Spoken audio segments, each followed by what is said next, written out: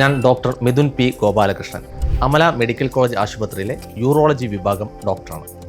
കുട്ടികളിൽ സാധാരണയായി കാണുന്ന യൂറോളജി സംബന്ധമായ അസുഖങ്ങളാണ് മൂത്രക്കുഴലിന് ഉള്ള ചുരുക്കം അഥവാ PUJ ഒബ്സ്ട്രക്ഷൻ, കുട്ടികളുടെ വൃഷ്ണസഞ്ചിയിലേക്ക് വരാതിരിക്കുന്ന അവസ്ഥ അഥവാ അൺഡിസെൻഡഡ് ടെസ്റ്റിസ്, കുട്ടികളുടെ ലിംഗാഗ്ര ചർമ്മം അടഞ്ഞു പോവുക അല്ലെ കൂടിക്കിടക്കുക അഥവാ ഫൈമോസിസ് എന്ന് നമ്മൾ പറയുന്നത്.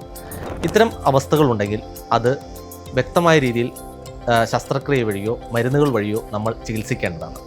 ഇവരിൽ സാധാരണ കാണുന്ന രോഗലക്ഷണങ്ങൾ വയറുവേദന, അല്ലെങ്കിൽ മൂത്രത്തിൽ രക്തം പോവുക, മൂത്രത്തിൻ്റെ വേഗത കുറയുക എന്നിവയാണ്. അതിനോടൊപ്പം തന്നെ കുട്ടികളിൽ ഇപ്പോൾ നമ്മുടെ ലൈഫ് സ്റ്റൈൽ ഡിസീസ് ആയി കാണുന്ന ഒന്നാണ് കുട്ടികളിൽ ഉണ്ടാകുന്ന മൂത്രത്തിക്കല്ല്.